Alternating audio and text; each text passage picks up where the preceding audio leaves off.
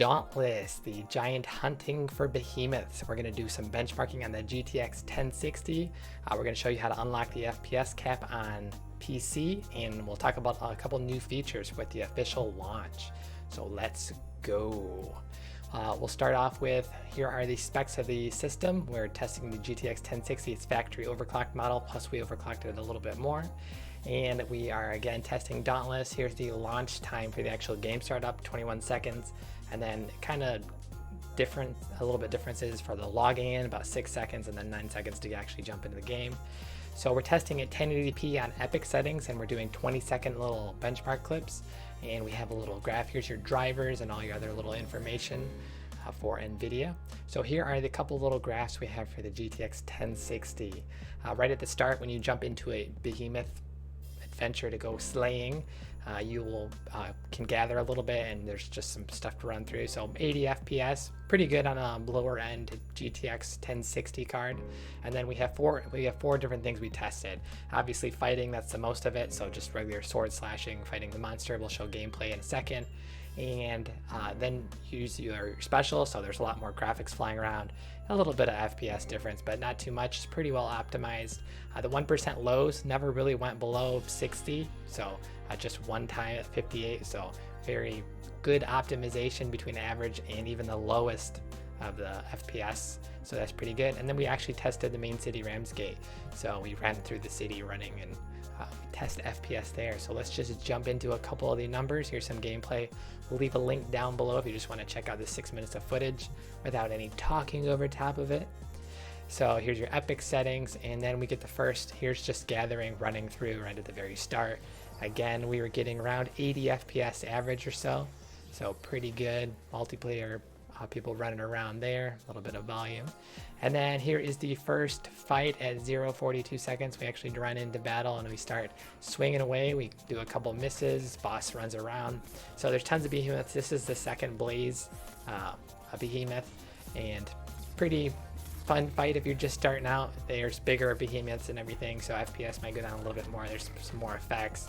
So this is just kind of the beginning, first couple bosses basically. So you want to attack each little part. You want to gather up, collect each part to make better gear and everything, because that's the whole point of the game, fighting bigger monsters. So you need gear to fight the bigger monsters, get more powerful. So pretty good. CPU usage, we're around like 12 to 15%, while the GPU is at 99%, so good there.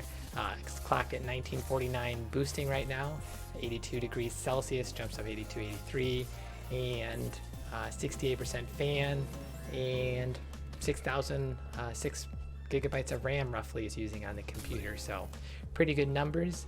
And then this city, let's jump over to the city benchmark at around 422. We jumped a little bit too far, so actually 447 is where we start sprinting. So we go about just past the beginning area, and then we just kind of sprint through and getting pretty good FPS in the city, 108 FPS or so. So pretty cool, pretty adventurous little game if you like big monster slaying and everything, and good performance even on lower end cards at max epic settings. You obviously can lower settings to high, medium, and low, I believe. So pretty well optimized game. Graphics look pretty good to me. And so that's your graphics settings and your benchmark for the GTX 1060. So basically it gets the 1060 pass.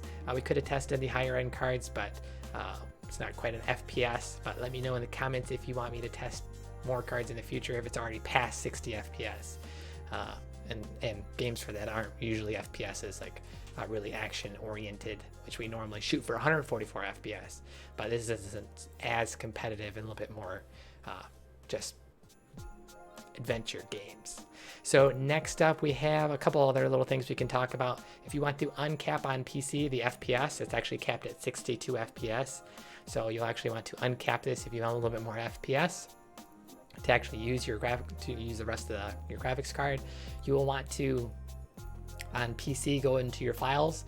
You're looking under your users, basically your C drive, and then the users, and then your username, and then app data, local, arc, saved, config, Windows client, and that's where you'll find the engine.ini file, and then you just edit this. You can copy paste this, and we'll leave a link again to this website below as well, and just paste that and then save the INI file, and then you can go to the file and make it read only. There's a little checkbox you can click, and you may have to show hidden files under the view tab at the top to see app data.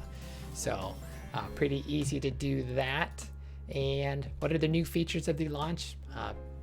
PlayStation blog tells us some of the new cool things. So basically it was in open beta since last May, I believe. So that is pretty long beta, but there's some new things they've been adding if you haven't played recently or you want to get back into it. So obviously new behemoths, a lot of progression oriented stuff, quests, and the mastery system, which we go into a little bit more here. So the mastery system is basically gets you like gear cards, and you earn rewards. So basically it's a progression-y system. So you want to do damage to certain behemoths with certain weapons. So here's a war pipe. You need 50,000 XP to unlock this little bar right here, and you'll actually see this progression system on the end of hunt cards. So after you slay a behemoth and you collect those parts, you will see the different what you've progressed in basically as well. So there's a cool little breakdown card at the end, so you'll know where you're going basically.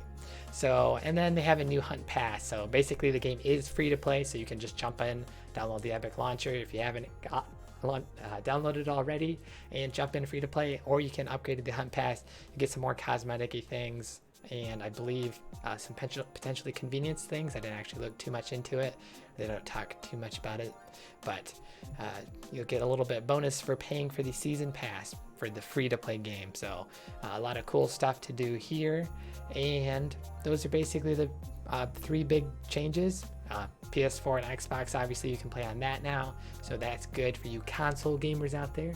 And that is Dauntless, so pretty cool there. And we got Lulu saying yes, better monster settings, so cool there.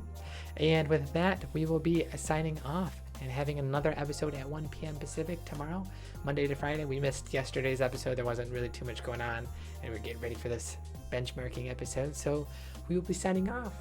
Pew pew pew pew pew pew pew pew pew pew pew pew pew.